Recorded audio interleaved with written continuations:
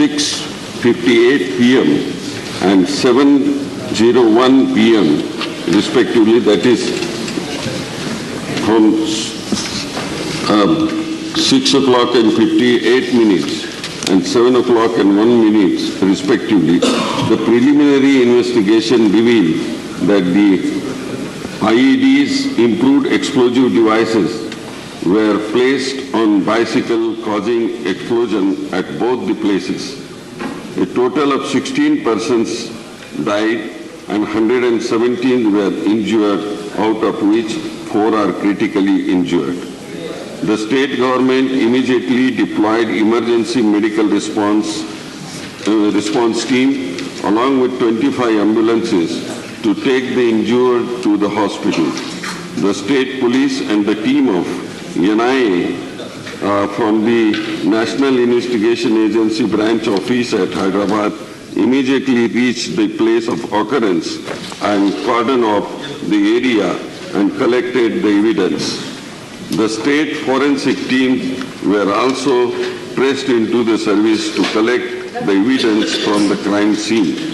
A team of NIA led by IG and the post-blast investigation team of NSC were sent to Hyderabad from Delhi at 9:30 p.m. yesterday by special plane and reached Hyderabad at 11:30 p.m. yesterday only. The 2 cases has been registered like the CR number 146/2013 of the Sarur Nagar Police Station, Hyderabad, and CR number 56/2013 of Malakpet Police Station, Hyderabad City. The NIA, National Investigation Agency, will investigate the case in conjunction with the Andhra Pradesh Police. Today, early morning, I, along with Home Secretary and DG National Investigation Agency, went to Hyderabad and reviewed the situation with the Governor, Chief Minister, Chief Secretary, DGP, Commissioner of Police and other senior officers. I visited the scene of occurrence and thereafter I visited injured in hospital. The Honorable Prime Minister of India has announced ex gratia rupees 2 lakh of deceased and rupees 50,000 to injured persons. The state government has also announced ex gratia rupees 6 lakhs to deceased and 50,000 to 1 lakh rupees to injured, besides bearing all expenses for the treatment of the injured. The situation is under control. I extend my heartfelt condolence for the bereaved families who have lost their near and dear ones in the blast.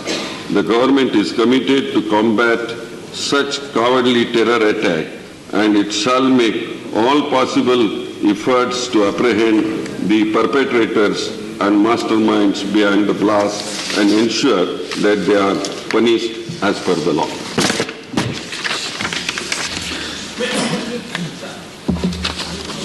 उपाध्यक्ष जी, अभी जो वक्तव्य सदन में गृह मंत्री जी ने रखा है, हम लोग सुबह से इसकी प्रतीक्षा कर रहे थे और संसदीय कार्य मंत्री जी ने कहा था कि 2 बजे जब सदन भोजनावकाश के बाद मिलेगा तो वो एक वक्तव्य सदन में रखेंगे। लेकिन गृह मंत्री जी, ये बहुत ही रूटीन में दिया गया वक्तव्य है। पहले पैराग्राफ में बता दीजिए क्या क्या हुआ, बाद में जो एक्स ग्रेशिया अनाउंस किया वो बता दो और अंत में कह दो कि हमारी तो कमिटमेंट है, हमारी तो प्रतिबद्धता है टेरर से लड़ने की। लेकिन आज सुबह भी आपकी अनुपस्थिति में बोलते हुए मैंने एक ही बात पर जोर दिया था कि ये समय दोषारोपण करने का नहीं है, एकजुट होकर दृढ़ संकल्पित होकर आतंक का सामना करने का है। लेकिन वो सामना तभी किया जा सकता है जब हमारी और आपकी सोच में समानता हो। और दुख इस बात का है कि हमारी सोच समान नहीं है। मेरे राष्ट्रीय अध्यक्ष जो इस सदन के सम्मानित सदस्य भी हैं, राजनाथ सिंह जी, वो मौके पर गए हैं। आज सुबह वो भी हैदराबाद गए हैं और मेरे दूसरे सहयोगी श्री शाहनवाज हुसैन उनके साथ गए हैं। मैंने उनसे अभी संपर्क साधा था, चाहती थी कि आपके वक्तव्य से पहले उनसे बात हो जाए और वहाँ स्पॉट पर उन्होंने क्या देखा उसकी जानकारी मुझे मिल जाए तो मैं शायद वहाँ की परिस्थिति को सामने रख करके बोल सकती थी। संपर्क हुआ लेकिन वो स्पॉट पर पहुँचे ही थे, अभी तक वहाँ की स्थिति का जायजा नहीं ले पाए थे, इसलिए मैं वहाँ की परिस्थिति को सामने रख के तो नहीं बोल पाऊंगी। जो आपने कहा है उसे असत्य नहीं मान रही हूँ, लेकिन हमारा यहाँ पूछना था, सुबह सभी लोग बोले थे आपकी अनुपस्थिति में, पहला प्रश्न हमारा ये था कि आपने कल ये घटना घटते ये बात कही कि हमने राज्य सरकार को जानकारी दे दी थी,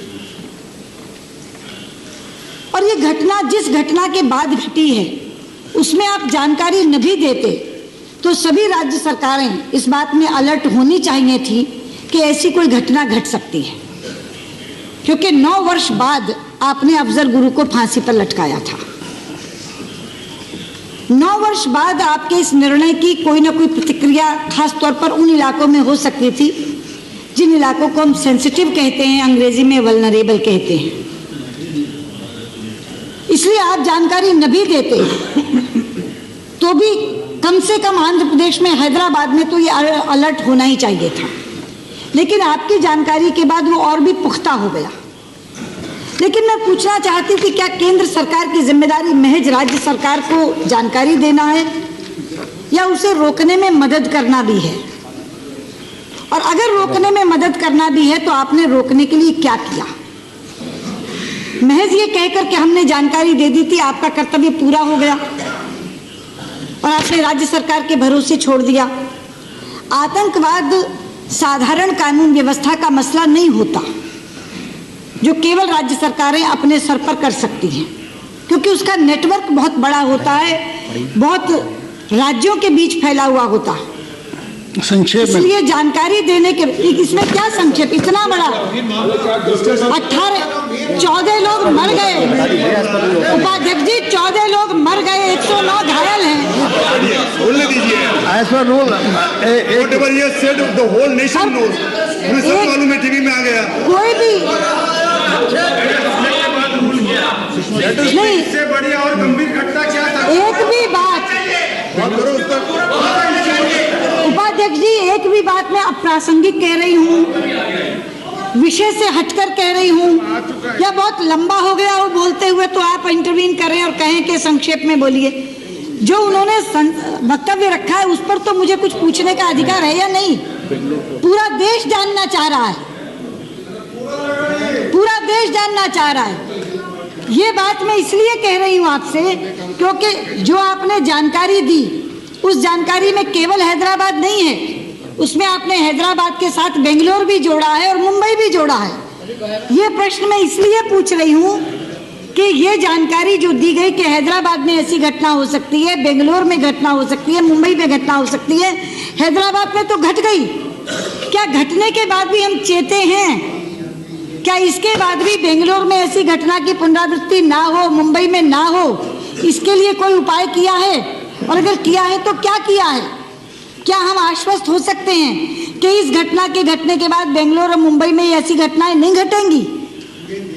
दूसरी बात मैं कहना चाहती हूँ, एक बहुत गंभीर घटना घटी थी हैदराबाद में ही, इसी सदन के सम्मानित सदस्य, उन्होंने एक ऐसा भड़काऊ भाषण दिया था हैदराबाद में, उनके भाई ने दिया था और ये कहा था कि अगर कुछ समय के लिए पुलिस हटा ली जाए तो हम 25 मिनट में सबका काम तमाम कर सकते हैं। क्या इस हैदराबाद के बम विस्फोट का उस भड़काऊ भाषण से किसी तरह का कोई संबंध है? इसलिए ये कुछ प्रश्न हैं जो उपस्थित हो रहे हैं। तीसरी बात जो आपने एक्सग्रेशिया की है, तीसरी बात जो एक्सग्रेशिया की आपने की है, यहाँ एक माननीय सदस्य ने बहुत अच्छी बात ये कही थी आपके पीछे से कि कहीं हम 2 लाख दे देते हैं, कहीं हम 10 लाख देते हैं। क्या हम तय कर सकते हैं कि इस तरह की घटनाओं में कोई एक सी राशि तय हो जाए कि वही राशि सबको दी जाएगी?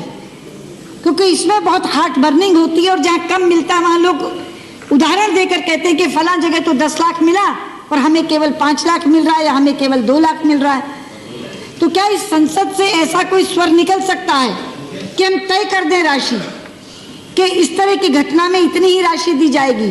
लेकिन ये जो आखिरी आपका वाक्य है कि हम कमिटेड हैं इस प्रतिबद्धता का कोई प्रदर्शन तो करिए।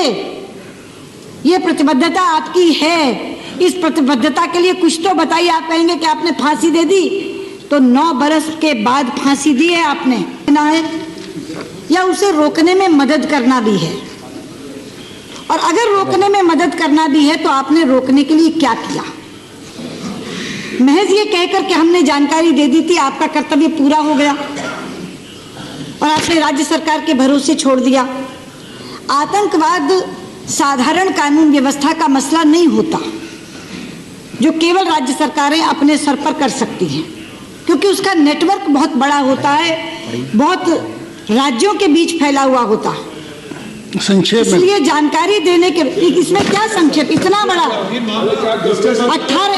14 लोग मर गए उपाध्यक्ष जी, 14 लोग मर गए, 109 घायल हैं। बोलने दीजिए। As per rule, whatever he has said, the whole nation knows. मुझे सब मालूम है, टीवी में आ गया। कोई भी नहीं, इससे बढ़िया और गंभीर घटना क्या था? एक भी बात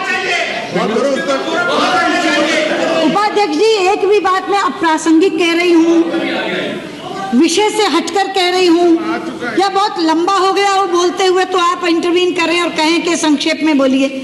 जो उन्होंने वक्तव्य रखा है उस पर तो मुझे कुछ पूछने का अधिकार है या नहीं? पूरा देश जानना चाह रहा है, पूरा देश जानना चाह रहा है। ये बात मैं इसलिए कह रही हूँ आपसे, क्योंकि जो आपने जानकारी दी उस जानकारी में केवल हैदराबाद नहीं है, उसमें आपने हैदराबाद के साथ बेंगलोर भी जोड़ा है और मुंबई भी जोड़ा है। ये प्रश्न मैं इसलिए पूछ रही हूँ कि ये जानकारी जो दी गई कि हैदराबाद में ऐसी घटना हो सकती है, बेंगलोर में घटना हो सकती है, मुंबई में घटना हो सकती है, हैदराबाद में तो घट गई, क्या घटने के बाद भी हम चेते हैं? क्या इसके बाद भी बेंगलोर में ऐसी घटना की पुनरावृत्ति ना हो, मुंबई में ना हो, इसके लिए कोई उपाय किया है? और अगर किया है तो क्या किया है?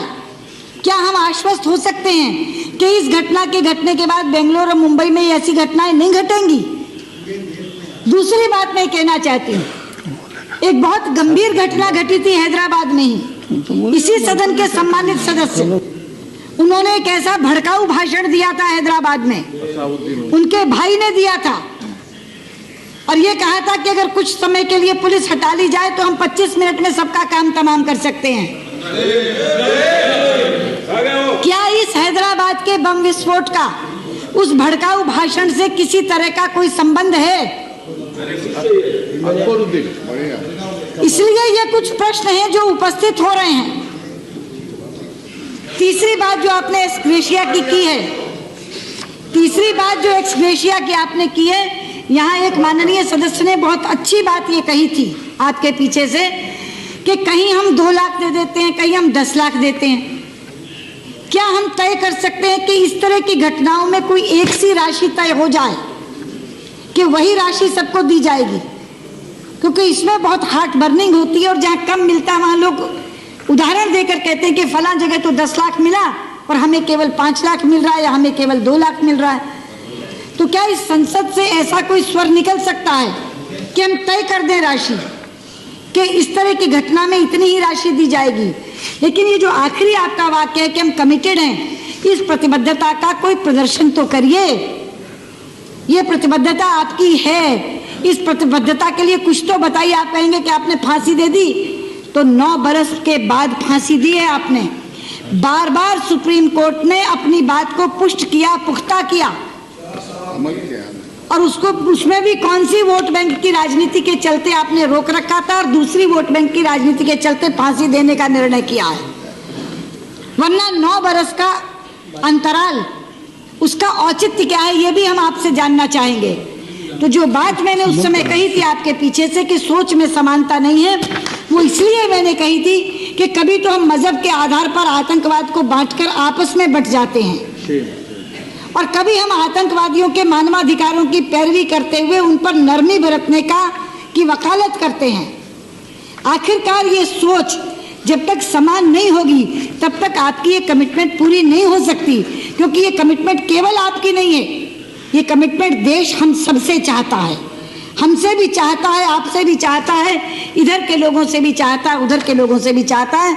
इसलिए ये एक ऐसा समय है जब इस तरह की घटनाएं होती हैं तो ये वो पड़ाव हैं जब हम उस संकल्प को दोहराएं और अपनी सोच में समानता लाएं और एक समान सोच से भारत निश्चित तौर पर आतंकवाद का सामना कर सकता है। तो मैं कहना चाहूंगी कि इस प्रतिबद्धता के साथ सोच की समानता भी बनाइए, तभी और तभी ये प्रतिबद्धता पूरी हो सकती है। धन्यवाद।